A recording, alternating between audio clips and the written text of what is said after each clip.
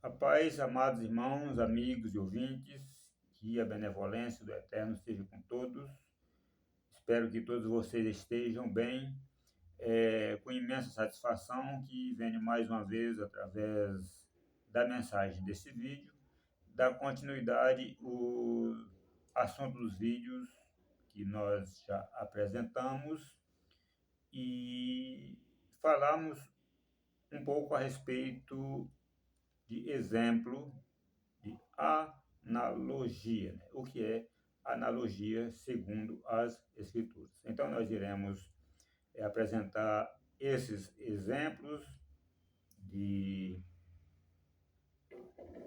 esses exemplos analógicos, porque esses textos bíblicos eles irão nos dar a luz para que nós venhamos compreender com precisão o que o Eterno, né, Criador, quis nos revelar através da sua palavra, e nós passamos a compreender com precisão os mistérios das Escrituras, iniciando-se com o Gênesis da criação e a origem do pecado, e através desses textos apresentados, nós iremos ter, né, como já foi dito, uma luz espiritual, um foco espiritual para compreendermos os assuntos posteriores que irão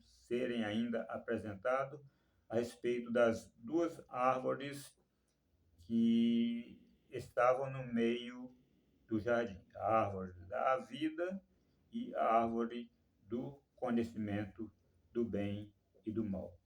Então, amados, por que nós estamos estudando as Escrituras e falando sobre o Gênesis da criação? Porque o Gênesis é o livro das origens.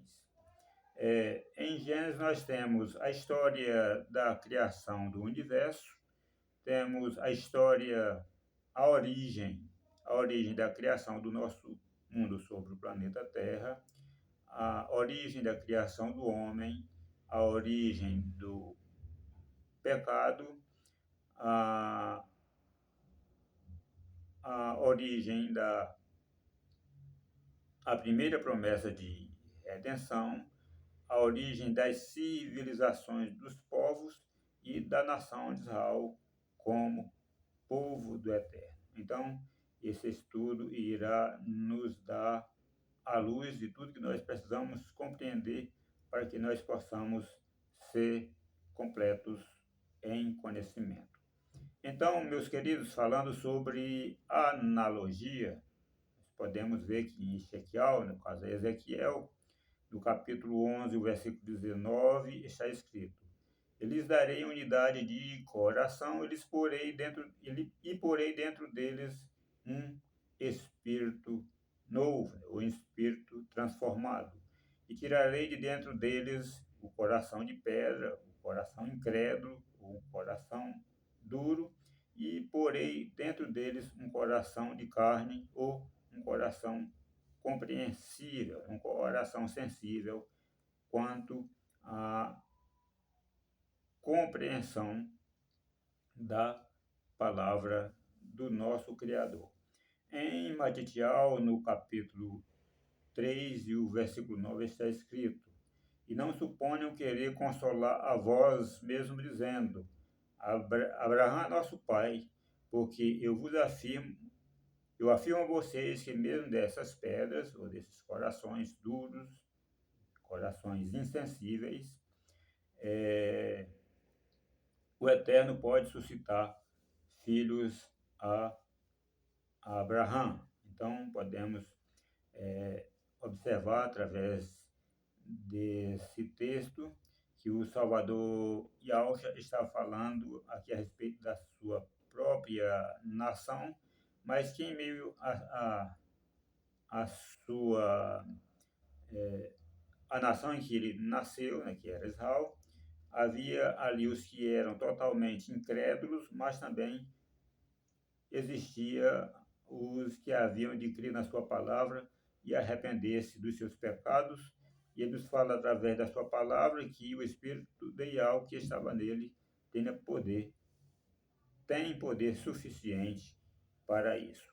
Em Terrilinha, em Salmos, no capítulo 128, o versículo 3, observe que está escrito: a esposa fiel é chamada de árvore frutífera em volta da sua casa, ou seja, símbolo de fertilidade.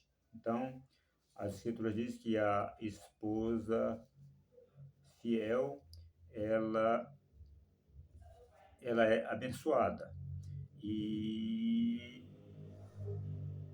será como uma árvore fértil, tanto no sentido espiritual como no sentido secular. Em Bereshit, em Gênesis, no capítulo 2 e o versículo 8 e 9 está escrito: depois Yahweh plantou um jardim no Éden e pôs ali o homem que tinha formado. E Yahweh fez brotar da terra toda a qualidade de árvore agradáveis à vista e boa para comida, bem como a árvore da vida no meio do jardim e a árvore do conhecimento do bem e do mal. Vemos aqui que esse assunto nos fala de uma forma metafórica e é necessário compreendermos que existia uma diferença entre as árvores naturais, as árvores que o Criador havia plantado no solo, e as duas árvores que estavam no meio do jardim, as quais não eram árvores naturais, não eram árvores arraigadas no solo, mas árvores analógicas ou árvores espirituais.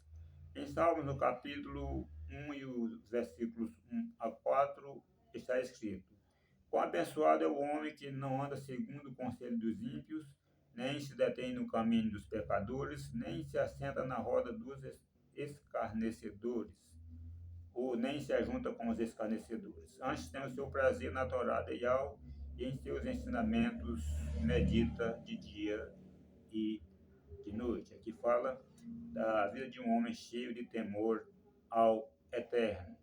E a sua prosperidade será. Vemos que o assunto aqui fala de termos, de exemplos analógicos, pois ele será como uma árvore frutífera, os seus atos serão atos de justiça, atos que agradem ao nosso Criador, são frutos apresentados para a vida eterna.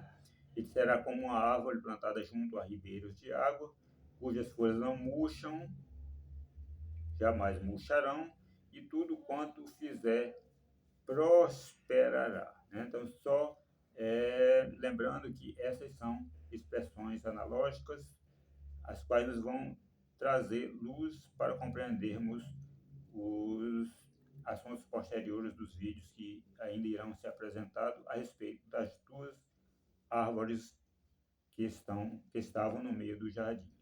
Em Johanna, no capítulo 15, João 1 a 5, está escrito: eu sou a videira verdadeira e meu pai é o vindicultor. No caso, vemos que o Machia era homem, mas espiritualmente falando, ele era a vida, pois ele trazia, assim como traz para todos nós hoje, a palavra de vida eterna. Porém, nele estava a vida. E Yahweh, que é espírito, e habitava nele, era quem trabalhava para que a sua palavra fosse inserida nos corações daqueles a quem ele anunciava, tanto tratando-se de pessoas Yaudim como de Goim ou judeus, e gentios. Todo galho em mim, todos os galhos em mim que não dão frutos, falando da sua nação, da nação em que ele era nascido, judeus incrédulos, que não dão frutos, embora todos os galhos que não dão frutos, embora estejam em mim, como já falei, falando da nação em que ele era nascido, corta, né? Como está escrito. Veio para os que eram seus e os seus não receberam, mas todos aqueles que o receberam, deu-lhes o poder de serem feitos filhos de Yahweh, aqueles, né, a saber, aqueles que creem no seu nome. Mas poda todo aqueles que dão frutos, a fim de que eles fiquem limpos e deem mais frutos ainda. Vocês já estão limpos pela palavra que eu vos tenho falado, ou seja, aqueles que creram na sua mensagem anunciada, tanto os seus talmidinos, seus discípulos, como aqueles que creram, se arrependeram e se converteram mediante o anúncio da sua palavra. Permaneçam em mim e eu permanecerei em vós, pois assim como o galho só dá fruto, só dá uva se permanecer ligado à videira. Observemos que aqui o Machista está falando em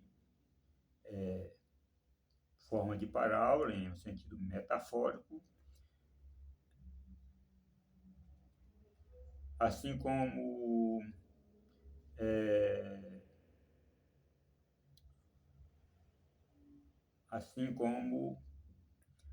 a árvore não pode dar fruto, não estiver ligado à videira, da mesma forma sois vós, se não permanecer ligados a mim. Eu sou a videira e vocês são os galhos. Ou seja, o Mashiach era a vida e aqueles que estão ligados a ele também são portadores da vida, espiritualmente falando. Quem está ou quem permanece em mim e eu nele, esse dá muito fruto, porque sem mim nada vocês poderão fazer. Em Provérbios, no capítulo 3, o versículo 17 e 18, está escrito: os seus caminhos são caminhos agradáveis e todas as suas veredas são de paz. Ela é a árvore da vida para todos aqueles que a alcançarem e bendito é todos aqueles que a retêm. Então, a Escritura nos fala aqui sobre a sabedoria, aqueles que seguem os passos do Mashiach, aqueles que são ligados a ele, assim como o galho está ligado à videira, são contemplados com a sabedoria que ele fornece a todos aqueles que creem na sua palavra. Em Provérbios 15, o versículo 4, está escrito: uma língua amável é uma árvore de vida, mas a língua perversa quebranta o coração. Observe que Jacob nos fala que quando nós falamos palavras construtivas, nós crescemos espiritualmente mediante a palavra que pronunciamos. Como pronunciamos palavras boas, então somos favorecidos com o bem. Como quando pronunciamos palavras más, também o mal alcançará aqueles que usam as palavras para a destruição. Então, amados, todos esses textos apresentados são exemplos, falam de exemplos analógicos. Então, espero que os amados estejam compreendendo que nós estamos querendo repassar para vocês através da mensagem desse vídeo. E nos próximos vídeos nós iremos trazer para vocês quais eram quem era a árvore da vida no meio do jardim e a árvore do conhecimento do bem e do mal. Que a benevolência do Eterno seja com todos vocês. E no próximo vídeo nós nos encontraremos para darmos continuidade a esse assunto tão maravilhoso e de grande profundidade para o povo do Eterno. Que a bênção do Eterno seja com todos. Shalom a todos.